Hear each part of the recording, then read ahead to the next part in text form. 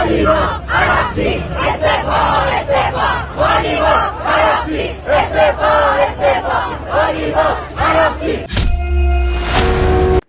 kaum intelektual sekalian, guys, baru-baru ini masyarakat Iran terpecah dua. Bahkan mereka sampai mau ngata-ngatain atau mencaci maki Menlu Iran. Wow, gila, luar biasa. Selama ini saya berpikir bahwa masyarakat Iran itu cinta perdamaian, tapi mereka ternyata ya ada yang cinta dengan kematian, ada yang cinta dengan permusuhan. Wow, gila, luar biasa. Bayangkan Iran sudah berdamai, tapi Menlunya malah dimaki-maki, ya, dicaci maki, turun ke jalan demo seperti di video barusan. Wow, gila. Nah, yang jadi pertanyaan, kenapa bisa seperti itu? Apakah Menlu Iran ini akan dieksekusi atau tidak? Apakah Menlu Iran ini akan digulingkan? Jadi kalau saya perhatikan di Iran itu sudah mulai ada perpecahan gitu ya. Tapi sepertinya ya, ini menurut keyakinan saya ya, sepertinya Amerika ini sengaja pura-pura menandatangani MOU ya, supaya apa? Supaya masyarakat Iran itu terpecah gitu ya. Ketika mereka terpecah dan masyarakat Iran itu menggulingkan pemimpin mereka. Wow, luar biasa ya, luar biasa strategi Amerika. Itu menurut keyakinan saya loh guys ya. Ini semacam hipotesa ya. Boleh dong saya berhipotesa gitu ya. Boleh dong saya berkeyakinan ya.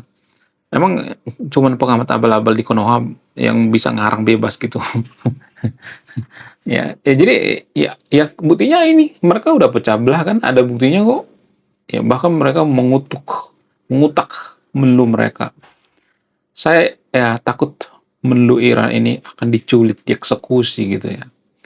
Jadi selama ini ternyata prasangka saya itu salah guys. Selama ini saya berpikir masyarakat Iran itu semuanya sepakat dengan uh, Amerika gitu. Ternyata enggak juga ya. Karena kalau saya perhatikan kan kemarin tuh ya ada banyak orang yang demo turun ke jalan. Saya berpikir ya orang yang demo turun ke jalan itu mereka itu pro terhadap Amerika. Ternyata enggak guys. Ternyata mereka itu ya banyak yang benci juga dengan Amerika gitu. Ya, jadi ini ada semacam keanehan gitu. Saya dulu berpikir bahwa mereka benci dengan rejim Iran gitu. Ya, ternyata ya mereka juga menyukai perang ternyata ya, sebagian mungkin ya. Tapi yang sering viral itu ya orang-orang seperti ini ya. Mereka yang paling vokal gitu ya. Kemudian selain itu ya, kalau saya perhatikan ada yang mengatakan bahwa perjanjian daripada Amerika dan Iran itu menguntungkan bagi Iran. Nah, kalau menguntungkan bagi Iran, kenapa Iran itu mencaci maki pemimpinnya gitu ya? Ya, kenapa membenci Menlu Iran gitu ya? Kenapa mengutuk gitu? Kenapa? Itu kan yang jadi pertanyaan. Ya, ini pertanyaan logika guys ya.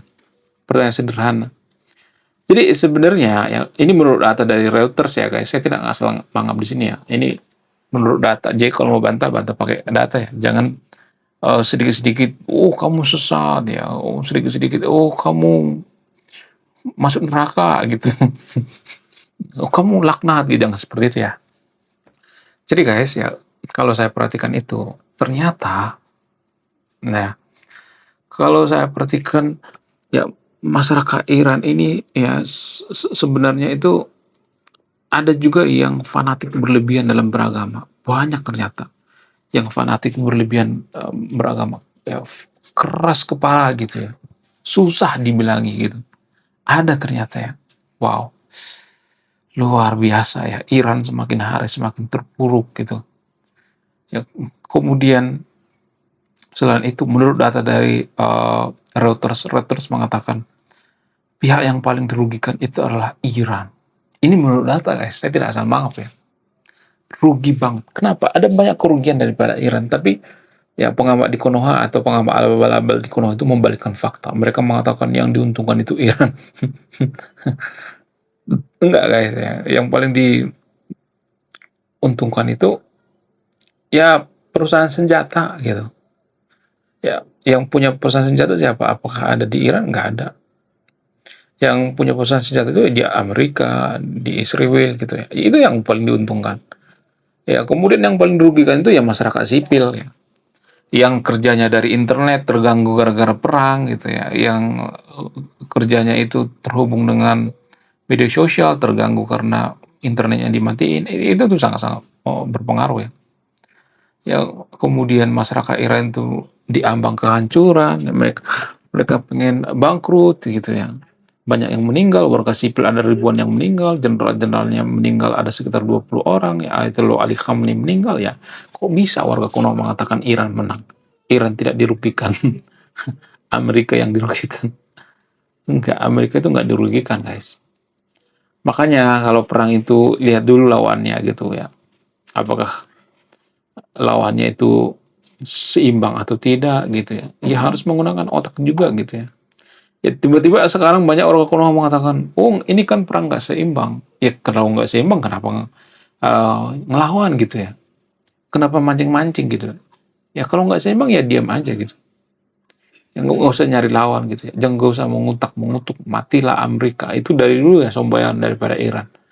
Ya sok nantangin Amerika gitu ya. Giliran mulai perang, menit pertama langsung ya selesai kan. Jadi jangan sedikit-sedikit mengutuk, oh yang salah itu Amerika. Jadi ini sebagai pelajaran bagi kita ya, sebagai warga Konoha. Ya jangan sekali-sekali mengutuk negara lain. Ya biasa aja gitu ya, jangan ada kebencian gitu. Jadi kebencian inilah sebenarnya yang bikin kita semakin terpuruk. Kenapa banyak investor kabur dari Konoha? Ya karena kita punya kebencian-kebencian ya. Kemudian kita nggak jujur gitu ya. Harus jujur dong. Ya, harus bisa dipercaya gitu. Kepercayaan yang paling utama, trust atau kepercayaan itu sangat-sangat penting ya untuk membangun kemajuan suatu bangsa. Kita tidak akan bisa jadi negara maju kalau kita tidak bisa dipercaya. Itu sangat penting sekali ya. Tapi ya susah banget ya. Untuk apa? Untuk berpikir rasional gitu. Susah banget ya.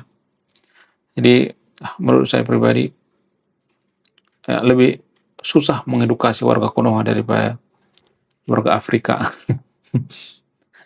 Karena warga Konoha itu sudah merasa paling bahagia, ya sudah paling masuk surga, ya sudah paling wow gitu ya, sudah nggak ada yang kurang gitu ya, sudah merasa paling sempurna gitu ya, sehingga apa? Sehingga ya mereka nggak merubah diri gitu ya, tidak introspeksi diri gitu. Ditambah agama juga membenarkan ya, agama mengatakan kita yang paling benar, kita yang paling suci, kita yang paling wow. Ya itu yang jadi permasalahan guys. Ya, hal ini makin rumit gitu ya, karena agama juga mengajarkan seperti itu. Agama tertentu di Konoha maksudnya, nggak semua agama. Kita yang paling sempurna, kita sudah sempurna gitu. Gimana kita menasihati, mengedukasi orang yang paling sempurna? Nggak mungkin. Susah gitu. Ya, jadi